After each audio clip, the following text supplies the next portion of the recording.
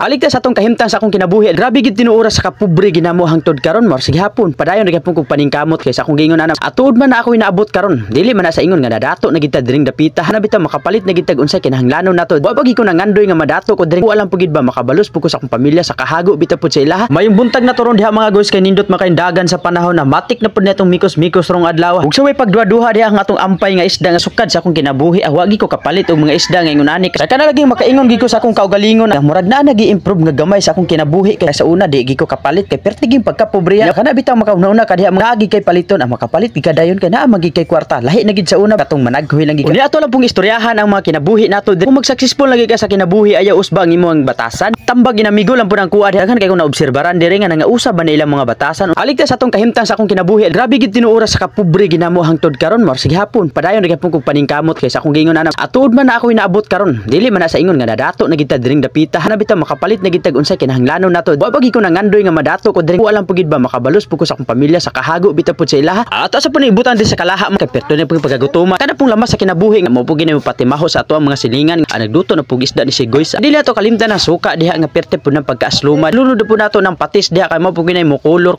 Siyempre dili nato kalimtan diha mantika, magic sarap moy naghatag og palasa. Udagay day sa imong kalawasan. Tubig diha nga dili gina kalimtan. Pupong bahaw na pud ani nga pagkalamya. Salamat ug God bless atong tanan.